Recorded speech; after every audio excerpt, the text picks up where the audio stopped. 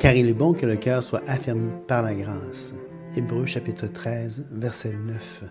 Puisse donc ce cours être pour vous une source de bénédiction qui vous permette d'être affermis dans cette grâce extraordinaire que nous avons en Jésus-Christ. Que Dieu vous bénisse et bonne écoute. Alors, bonjour et bienvenue à ce nouveau cours de Panorama du Nouveau Testament. On est dans les Évangiles et on regarde l'introduction du roi. Et donc, on va glaner à partir des Évangiles certains enseignements théologiques clés pour bien comprendre les Évangiles, mais aussi la théologie plus générale. Donc, l'introduction du roi. OK. Évidemment, avant de commencer dans l'introduction du roi, regardons de plus proche les généalogies. Pourquoi les généalogies? Ben, écoutez, il y a deux généalogies qui sont présentées dans les Écritures, dans l'Évangile de Matthieu et dans l'Évangile de Luc. Les textes sont les suivants, Matthieu 1, 1 à 17 et Luc 3, 23 à 38. Deux généalogies. Celle de Matthieu nous présente la généalogie d'un roi. Vous comprendrez certainement pourquoi est-ce qu'on a besoin d'une généalogie. Mais parce que pour accéder au trône, ça prend une généalogie particulière. Et Luc nous fait remonter la généalogie pour démontrer que Christ est être humain et homme. Ben, il fait jusqu'à Adam, fils de Dieu. Deux évangiles nous parlent de la jeunesse de Jésus. Ceux qui nous parlent de la jeunesse de Jésus, ce sont les mêmes qui nous présentent la généalogie de Jésus. L'évangile de Marc, on rentre directement dans le ministère. On se rappelle que Marc est écrit aux Romains. C'était expéditif, c'était efficace, c'était rapide. C'était l'évangile qui nous présente Christ serviteur, Christ doulos, esclave. Et on n'a que faire de la généalogie d'un esclave. Et donc, Marc rentre dans le vif du sujet, rapidos prestos, rapidement, on nous montre l'efficacité du Messie. Jean, de son côté, lui veut nous montrer la divinité du Fils, Fils de Dieu. Et donc, la seule généalogie possible pour Dieu, c'est d'être présent avant la création. Donc, il n'y a pas vraiment de généalogie possible à cet égard-là. Matthieu va nous présenter la généalogie du point de vue de Joseph, alors que Luc va nous présenter celle du point de vue de Marie. Donc, deux généalogies. Pourquoi deux? On va voir pourquoi. Parce que d'une part, Joseph nous montre pourquoi Christ ne peut pas être le fils de Joseph directement. Parce que s'il était fils de Joseph, il ne pourrait pas accéder au trône. Mais il est le fils de Marie, et par Marie, il fait partie de la généalogie davidique, donc il a accès au trône. Par contre, vous savez qu'il y avait deux critères pour être roi dans l'Ancien Testament. Deux critères pour accéder au trône en Israël. Si on voulait être roi au sud, donc dans le royaume de Juda, il fallait appartenir à la lignée davidique. Il fallait être fils de David parce que pour accéder au trône à Jérusalem, le sceptre appartenait à la tribu de Juda et appartenait à la lignée de David. En dehors de ça, on ne pouvait pas régner à Jérusalem. Et toute tentative d'accéder au trône à Jérusalem sans appartenir à la lignée davidique, ça se finissait très mal. Habituellement, ça se finissait par une mort violente. L'autre manière d'accéder au trône en Israël, et là c'est dans le royaume du Nord, à Samarie, donc pour régner à Samarie, la seule façon de régner à Samarie, c'était par appointement divin, par prophétie. Et si tu essayais d'accéder au trône sans avoir eu prophétie, sans que Dieu t'ait appointé directement au trône, ça finissait très mal, habituellement par une mort violente. Donc, il n'y avait pas de demi-mesure. Donc, au sud, c'était d'appartenir à la lignée davidique. Au nord, c'était directement par révélation divine. Jéhu, par exemple, on va lui dire, 4 générations vont régner à Samarie. Et la 5e a tenté de régner à Samarie. Mort violente. C'était comme ça qu'on atteignait, qu'on accédait au trône. Et ce qui est fantastique, c'est que Jésus-Christ, il appartient à la fois à la lignée davidique, mais à la fois, il est appointé par prophétie à être roi d'Israël. Donc, il rencontre tous les critères possibles pour être le roi des rois, hein, le roi d'Israël. Et en plus, il est fils de Dieu, il est Seigneur. Qu'est-ce qu'on veut de plus? Hein? Donc, les deux critères sont rencontrés en Jésus-Christ. Maintenant, on va se tourner vers la généalogie de Matthieu. Celle de Matthieu, je l'ai dit, passe par Joseph. C'est la généalogie de Joseph. Et qu'est-ce qui se passe? Ben, Matthieu va utiliser une méthode qui est commune chez les rabbins. Il va faire des bons de 14 générations. Il va éviter certaines générations. Il va en sauter quelques-unes pour que ça soit des bons vraiment propres de 14 générations. C'était pas un manque de précision, c'était coutumier chez les Juifs. Les Juifs n'avaient pas cette rigueur académique, hein, qu'on pourrait espérer. Donc, il va faire des bons de 14 et contrairement, par contre, ça, il va suivre la méthode rabbinique, mais contrairement à la méthode rabbinique et à la méthode juive habituelle, il va incorporer le nom de femme dans sa généalogie. Et ça, c'est particulier, c'est particulièrement étrange parce que normalement, il n'y a pas de femme dans une généalogie écrite par un juif de l'époque. Il n'y en a simplement pas. Et ce qui est particulier, non seulement Matthieu va mettre des femmes, il va en mettre 4 femmes dans la généalogie, c'est des femmes qui sont tous païennes, qui ont tous un lien plus ou moins proche avec un péché sexuel, et ce n'est pas des femmes qui sont particulièrement remarquables. Hein, c'est pas des Sarah, c'est pas des Rebecca, c'est des femmes qui sont pas nécessairement remarquables, peut-être Ruth l'est par contre, mais les autres, pas nécessairement. Il y a Tamar, il y a Rahab, il y a Ruth, bon, il y a Bathsheba, évidemment on les connaît bien, hein, mais c'est pas une Sarah, c'est pas une Rebecca, c'est pas le caractère qu'on peut s'attendre d'une femme qui appartiendrait à la lignée du Seigneur. Donc, ces femmes ne sont pas les plus importantes, comme j'ai dit, c'est pas une Sarah, c'est pas une Rebecca. Il y a ce sont 4 femmes païennes, donc elles sont non juives. Et ça, c'est intéressant parce que ça prévoit déjà que l'Évangile n'est pas réservé aux Juifs seulement, mais vise toutes les nations du monde. Ce sont aussi des femmes qui ont tout un lien avec des péchés sexuels. Bathsheba était adultère, Tamar était coupable d'inceste et a joué à la prostituée. Rahab était coupable de prostitution clairement, tandis que Ruth de son côté, Ruth était moabite et les moabites sont le fruit d'une relation incestueuse entre Lot et l'une de ses filles. Donc, quelque part, on voit qu'un péché sexuel est quand même lié à ça.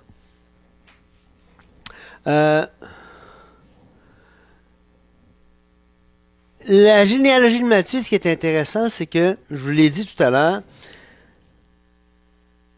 elle démontre que Jésus-Christ ne pouvait pas accéder au trône s'il était le fils propre de Joseph. Et pourquoi? Parce que la généalogie de Matthieu fait remonter la lignée de Joseph, ou la lignée de Joseph appartient à la lignée de Jéconias. Or, dans Jérémie 22, 24 à 30, il y avait une prophétie. Dieu était très, très mécontent de Jéconias, et donc Dieu a dit à Jéconias que jamais une de ses descendances n'atteindrait, ne régnerait à Jérusalem. Évidemment, en vue de cette prophétie, il est hors de question que Jésus, s'il avait été fils de Joseph proprement parlé, il n'aurait pas pu régner à Jérusalem à cause de cette prophétie-là, de cette malédiction contre Jéconias. Donc, Joseph était un descendant de David par Jéconias. Il était donc sous la malédiction de Jérémie 22. Il ne pouvait pas être l'héritier apparent du trône de David. La généalogie de Luc, elle, contrairement à ça, en fait, Luc, lui, plus rigoureux, très rigoureux, Luc, il va adopter, lui, la méthodologie juive de l'époque. Il n'y aura pas de femmes qui vont être nommées dans sa généalogie. Et donc, comment est-ce qu'on fait? puisque on a dit en entrée de jeu que c'était la généalogie de Marie, mais si tu ne mentionnes pas de femme dans une généalogie, comment fais-tu pour dire à tes lecteurs qu'il s'agit de la généalogie de la mère de l'enfant et non pas du père de l'enfant? Et on voit que ça pouvait causer problème. Mais évidemment, il y avait une façon de faire pour que les lecteurs ne confondent pas les deux. Et cette façon de faire, Luc l'applique dans sa généalogie. On le voit ici, pour tracer une lignée par la femme, vous utilisez le nom du mari. C'est pas d'aujourd'hui, ou en tout cas, c'est pas récent que la femme prenait le nom ou devait prendre le nom du mari. Aujourd'hui, on ne le fait plus dans nos sociétés. Par contre, pendant des siècles, pendant les millénaires, c'était courant de la femme de prendre le nom du mari. Et on le voit ici, quand on faisait passer une généalogie d'une femme, ce qu'on faisait, c'est qu'on prenait le nom du mari et on adaptait un petit peu la situation, comme Luc va le faire. Jésus avait environ 30 ans lorsqu'il commença son ministère, étant comme on le croyait. Alors cette phrase-là ici, elle est particulière. Fils de Joseph. Donc, ce qui est intéressant, c'est qu'il n'y a pas d'article à Joseph, alors que tous les autres noms de la généalogie ont l'article défini devant eux. En français, ça ne se fait pas. En français, on ne mettra pas d'article de déterminant défini devant un nom. On ne dira pas le Patrice, la Julie, le Jean, le François. Ça se fait pas en français de marquer l'article défini ou le déterminant défini devant un nom propre. En grec, ça se fait et ça se fait très bien. Et d'ailleurs, tous les noms de la généalogie, que ce soit Matthieu, Marc, il y a toujours l'article défini devant. Le Jésus, le Joseph, pas ici, dans ce cas-ci, pour la généalogie de Luc, l'article défini, le déterminant défini est absent, alors qu'il est présent dans tous les autres noms. Il est là pour indiquer au lecteur, écoute, fais attention, comme on le croyait le fils de Joseph, il n'y a pas l'article pour dire, écoute, c'est pas le fils de Joseph, c'est le fils de Marie. Ça clarifie la situation clairement pour le lecteur grec de l'époque qui savait très bien cette convention-là. Il la connaissait, cette convention. C'est une convention qui était courante. Et donc, on a terminé la généalogie. On a vu comment est-ce que la généalogie de Jésus par Joseph nous disait à cause de Jéconia, la malédiction à Jéconia, qu'il était hors de question que Jésus puisse être le fils de Joseph. Et évidemment, toute la situation du fait que Marie a été imprégnée par le Saint-Esprit. Donc, Jésus n'est pas le fils de Joseph, puisque Marie a été vierge jusqu'à la naissance de l'enfant Jésus. Évidemment, quand elle a accouché de Jésus, elle n'était plus vierge. Veut pas. L'enfant, lorsqu'il passe par le canal de la naissance, ça laisse ses traces. Donc, la femme n'est plus vierge après l'accouchement, nécessairement. Et donc, si elle avait été avant, elle ne l'est plus.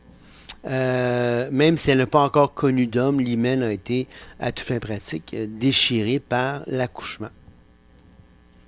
Et, évidemment, elle n'a pas connu, le texte va dire, jusqu'à ce que l'enfant ait été né. Donc, évidemment, Marie a un homme dans sa vie, c'est Joseph. Les deux sont mariés, ce sont des bons parents juifs, et en tant que couple juif qui à part entière, ils vont avoir d'autres enfants.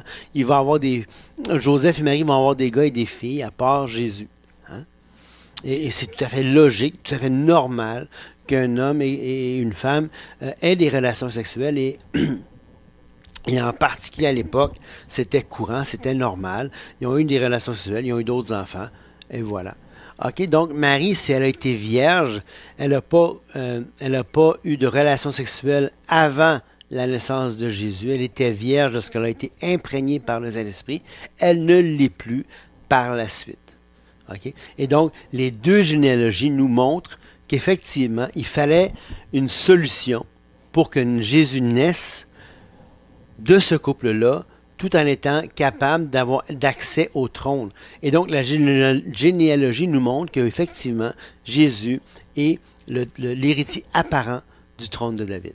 OK? Donc, ça compte quand même très bien la situation. Maintenant, quand est-ce que va avoir lieu la naissance du roi? Et ça, c'est important.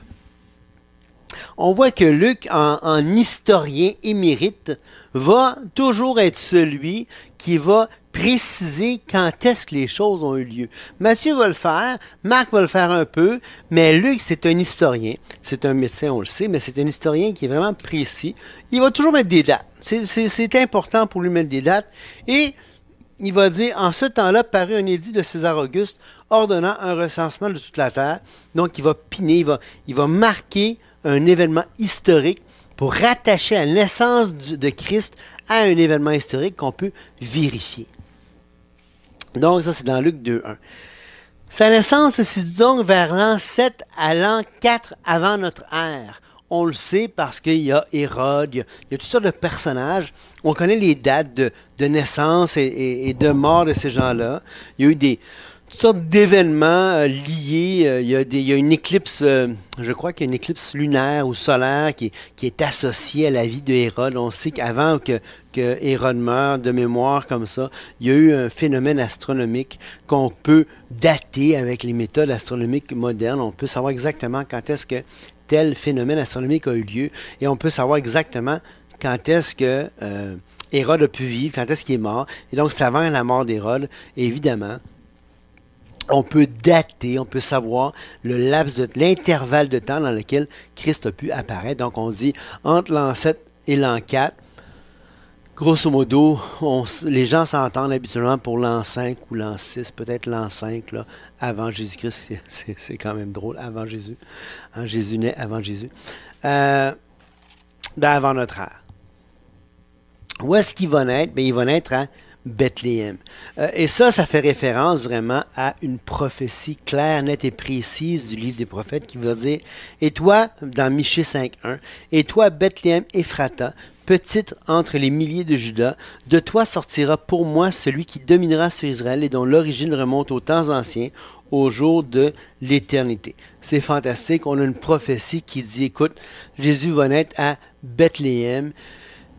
C'est ce qui se passe. C'est à Bethléem qu'il va naître. En accord avec la prophétie. Et c'est intéressant parce que de Bethléem va sortir celui dont les jours remontent aux temps anciens, au jour de l'éternité. Donc, il va naître, mais il remonte au jour de l'éternité. C'est pas merveilleux, ça? Hein? C'est Jésus-Christ, ça. C'est ça, c'est le Dieu incarné qui s'est fait homme pour nous. Il s'est fait pauvre pour nous enrichir. OK. La circoncision. Il va y avoir un événement dans Luc 2, 21 à 38. On va voir la circoncision. Ça, c'est un événement que Luc va parler. Les autres des évangiles n'en parlent pas. On va voir que Jésus-Christ va être présenté, va être circoncis le 8e jour, comme le veut la loi de Moïse. Il va être circoncis, il va être présenté au temple, comme le veut la loi de Moïse. Ensuite, on va voir son enfance un petit peu à Bethléem. Matthieu va en parler grosso modo. Ce qui est intéressant, c'est que, vous savez, à Noël, qu'est-ce qu'on voit à Noël? On voit la crèche, hein, avec avec la naissance de Jésus, les bergers, les mages qui viennent, et ainsi de suite. Mais il y a probablement 2 ans qui s'est écoulé entre la naissance de Jésus et l'événement dans Matthieu. Hein? Les usages de l'époque, les mages sont arrivés, c'est-à-dire à peu près 2 ans après la venue après la naissance de Jésus. On sait ça pour plusieurs raisons, parce que premièrement, le mot utilisé pour parler de l'enfant, c'est pas un enfant né qui peut utiliser, c'est plus un bébé, le mot grec utilisé. Habituellement, on utilisait ce mot-là pour un enfant de 2 ans et plus, ou en tout cas d'au moins quelques années d'âge. Mais en plus, Hérode s'est enquis précisément de quand les mages avaient vu l'étoile, et il a fait tuer les enfants de 2 ans et moins. Donc, il y a... c'est pour ça et en plus, les mages, l'étoile s'est arrêtée au-dessus d'une maison. C'est pas... Alors que dans la naissance, quand on voit la scène, ils sont allés dans une étable. Ou en tout cas, c'est ce qui servait d'étable à l'époque. C'était pas vraiment ça. C'était plus une genre de grotte, quelque chose comme ça. C'était pas une vraie étable comme on les conçoit aujourd'hui. Mais c'était ça. C'était un endroit où on gardait les animaux. C'était pas dans une maison. Alors que quand les mages visitent, ils sont rendus dans une maison. Ils se sont installés. Donc, ensuite de ça, on voit le retour à Nazareth. Il y a la fuite en Égypte, c'est-à-dire le retour à Nazareth. Matthieu va parler de l'enfance à Bethléem, de la fuite en Égypte et du retour à Nazareth après la mort de Hérode. Et on voit que cet enfant-là va grandir, va s'épanouir. Luc va nous dire qu'il va grandir en grâce et en sagesse, en stature. Et c'est à peu près ça qu'on sait. C'est à peu près ça qu'on va apprendre de Jésus, de son enfance. C'est vraiment pas beaucoup. Comme quoi, mais on sait une chose, il a été un enfant.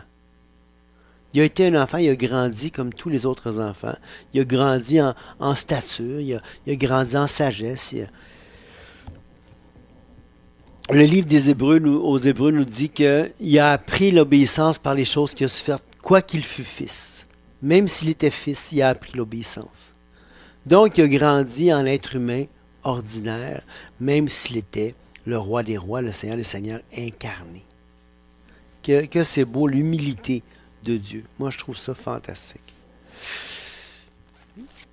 Ensuite de ça, ils vont visiter Jérusalem dans Luc 24, dans Luc 2, 41 à 50. Vous savez, ils vont visiter Jérusalem, toute la belle histoire quand Marie et Joseph vont à Jérusalem, probablement en vue de la bar mitzvah de Jésus. Donc, ils vont visiter. C'était peut-être même l'école du sabbat là, pour que le jeune puisse apprendre un peu les rudiments de la loi, comme tout jeune devait faire avant de devenir fils du commandement, la bar mitzvah qui était fils du commandement. Donc Jésus va se rendre au temple, va discuter avec les sacrificateurs puis tout le monde en vue de ça. Évidemment, la formation à l'époque des jeunes juifs en prévision de ça, c'était quelque chose. Hein? Il était courant pour les jeunes, encore il n'y a pas tellement longtemps, un enfant avant 5 ans connaissait par cœur le Pentateuque et avant 12 ans l'Ancien Testament complet par cœur. Dans certains milieux très orthodoxes, tu connaissais par cœur l'Ancien Testament. Tu connaissais le Pentateuque par cœur. Hein? Et probablement que Jésus a vécu dans un environnement comme ça, et déjà, lui qui l'a donné devait la connaître.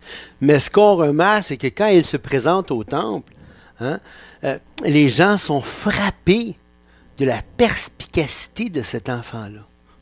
Il était très perspicace et les gens sont frappés de ça, et ça, c'est remarquable en soi. Une des choses qu'on remarque quand on ouvre les pages du Nouveau Testament, c'est l'existence de ce qu'on appelle le Sanhédrin. Le Sanhédrin, qu'est-ce que c'est? C'est une assemblée de 23 ou de 71 rabbins, désignés pour siéger en tant que tribunal dans chaque ville de l'ancien Israël. C'était un tribunal. Et il faut comprendre, et ça fait partie des événements qui diffèrent, parce que je l'ai mentionné, mais c'est bon de le rappeler. Quand on ferme les pages de l'Ancien Testament et qu'on commence à lire le Nouveau Testament, il y a plein de choses qui ont changé. Et parmi les choses, ce gouvernement local, hein, où siègent les juges, les rabbins pour juger les causes, dans chaque région, il y a un petit Sanhédrin de 23 de 23 rabbins qui vont siéger les causes locales. Et quand ça ne fait pas, bien, on escalade la situation et on amène ça à Jérusalem où là, il n'y en a pas 23, il y a 71 rabbins qui siègent et c'est le Sanhédrin. Le Sanhédrin, on le voit partout dans les évangiles. Il y a plein de fois, même dans le livre des Actes, on va le rencontrer, le Sanhédrin. Jésus va être confronté au Sanhédrin. Les apôtres dans les Actes vont être confrontés au Sanhédrin. Et le Sanhédrin est là pour évaluer les choses, pour donner son accord ou donner son aval à toutes sortes de situations. Et une des choses qui se passait à l'époque de Jésus, le Sanhédrin, quand il y avait des mouvements messianiques, c'est-à-dire que quand il y avait quelqu'un qui avait les caractéristiques, qui se disait Messie, ou dont on disait être le Messie, le Sanhédrin avait l'habitude d'envoyer une délégation pour évaluer la situation. Et la délégation procédait en 2 phases. On va voir ça tant pour le précurseur, donc tant pour Jean-Baptiste que pour Jésus-Christ lui-même. Il va y avoir 2 phases. La première phase, c'est une phase d'observation où les scribes et les pharisiens, c'est une équipe, une équipe envoyée par le Sanhédrin, allaient aller regarder, allaient observer, faire des observations sur la situation, sur le mouvement messianique comme tel. Si le mouvement était perçu comme étant d'importance, ça veut dire que oui, il y a de quoi à se poser des questions, il y a de quoi à entre guillemets, s'inquiéter. Eh bien là, on procédait à la deuxième phase, où là, les scribes et les pharisiens, et souvent, parfois, même les sadducéens, étaient envoyés pour questionner la personne qui se disait Messie. Ou en tout cas, donc, la personne qui était en charge de ce mouvement messianique. Et ce qui est intéressant, c'est qu'on va voir ça arriver tant pour Jean-Baptiste, il y a des gens qui vont venir observer Jean-Baptiste faire, et il va même dire, Jean-Baptiste va dire, race de vipères, qui vous a appris, en parlant des scribes et des pharisiens, qui vous a appris à éviter la colère à venir, parce qu'il se présentait au baptême alors qu'il ne se faisait pas baptiser. Alors c'est une délégation, ils ne posent pas de questions, ils n'interagissent pas tout de suite avec Jean-Baptiste, plus tard ils vont venir, ils vont questionner Jean-Baptiste. À un moment donné, Jésus est là, ils viennent, ils observent, ils ne posent pas de questions, ils n'interagissent pas avec Jésus, mais plus tard, ils viennent et là, ils posent des questions. Et ça vient tout du Sanhédrin, ça. Donc, le grand Sanhédrin se réunissait dans le temple de Jérusalem dans un bâtiment appelé la salle des pierres taillées. Donc, le grand Sanhédrin, c'était celui qui était composé de 71 rabbins. Il se réunissait tous les jours, sauf les jours de fête. Et donc, il y avait cette enquête-là. Lorsqu'il y avait un mouvement messianique, il devait y avoir une enquête en 2 étapes. Je viens d'en parler. La première est une délégation est envoyée pour observer ce qui était dit et ce qui était enseigné et fait. La deuxième étape, c'était pour questionner. Il posait les questions, soulevait des objections et cherchait une base pour accepter ou rejeter les revendications messianiques d'une personne. Donc, on voit que c'est ce qui s'est passé avec Jésus, c'est ce qui s'est passé avec Jean-Baptiste. Avant de poursuivre, on va poursuivre en fait au prochain cours. On a vu plein de choses aujourd'hui. On a vu la généalogie, on a vu l'importance de la naissance, qu'est-ce qui s'est passé à la naissance de Christ. Là, on a vu le Sanhédrin, les 2 étapes, comment est-ce qu'on va le voir dans les évangiles, les 2 étapes se manifester tant pour Jean-Baptiste que pour le Messie, que pour le Seigneur Jésus. Et ça va nous aider dans notre lecture du texte pour comprendre ce qui se passe, toutes les choses que peut-être qu'on ne comprend pas dans une première lecture des évangiles. Alors, je vous laisse là-dessus, puis on se parle à la prochaine fois. Que Dieu vous bénisse abondamment.